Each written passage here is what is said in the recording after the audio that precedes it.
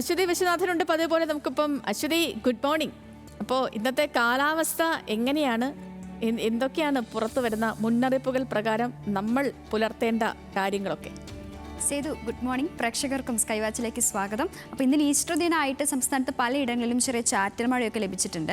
അപ്പോൾ ഇന്ന് എങ്ങനെയാണ്, മഴയാണോ ഉയർന്ന ചൂടാണോ എന്നൊക്കെ നമുക്ക് പരിശോധിക്കാം. അപ്പോൾ ഇന്ന് നമ്മൾ ആദ്യം നോക്കുന്നത് സംസ്ഥാനത്തെ ചൂടാണ്. കാരണം സംസ്ഥാനത്ത് ചൂട് ഉയർന്നൊരു സാഹചര്യമാണ്.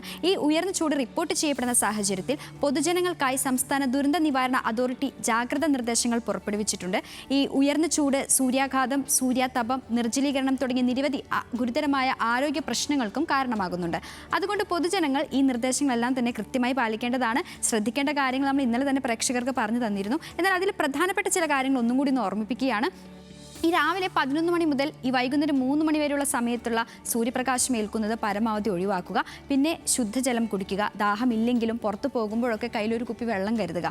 ഈ പഴങ്ങളും പച്ചക്കറികളൊക്കെ ധാരാളമായിട്ട് കഴിക്കുക. അപ്പോൾ പ്രത്യേകം ചിലവൊന്നും ഇല്ലാത്ത ചെറിയ ചെറിയ മുൻകരുതലുകളൊക്കെ ഒന്ന് ശ്രദ്ധിച്ചു കഴിഞ്ഞാൽ നമുക്ക് വലിയ വലിയ അപകടങ്ങളൊക്കെ ഒഴിവാക്കാനായിട്ട് സാധിക്കും. അപ്പോൾ ഈ ഉയർന്ന ചൂടുള്ള സാഹചര്യത്തിൽ നിലവിൽ ഏതൊക്കെ ജില്ലകളിലാണ് ഉയർന്ന ചൂടെന്നാണ് നമ്മൾ ഇനി പരിശോധിക്കുന്നത്.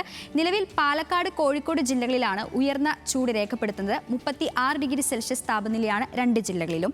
തിരുവനന്തപുരം, എറണാകുളം, കണ്ണൂർ ജില്ലകളിലാണ് രണ്ടാമതായി ഉയർന്ന താപനില രേഖപ്പെടുത്തുന്നത്. 34 ഡിഗ്രി സെൽഷ്യസ് താപനിലയാണ് ഈ 3 ജില്ലകളിലും. അപ്പോൾ ഒരു ഡൗട്ട് വരും, മഴയൊന്നും ഇല്ലേ എന്നുള്ളത്. ഇനി നമ്മൾ നോക്കുന്നത് മഴയുടെ അവസ്ഥയാണ്.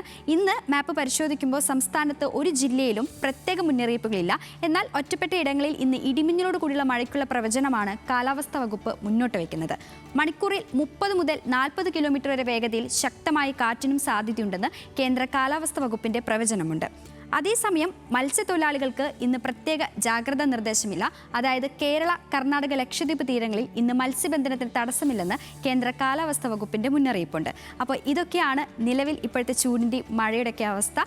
ഇതൊക്കെയാണ് പ്രേക്ഷകർക്ക് ഇന്ന് നൽകാവുന്ന പ്രധാന കാലാവസ്ഥാ മുന്നറിയിപ്പുകൾ. അപ്പോൾ സ്കൈ വാച്ചുമായി നാളെ വീണ്ടും കാണാം. സേതു. ഓക്കെ അശ്വതി.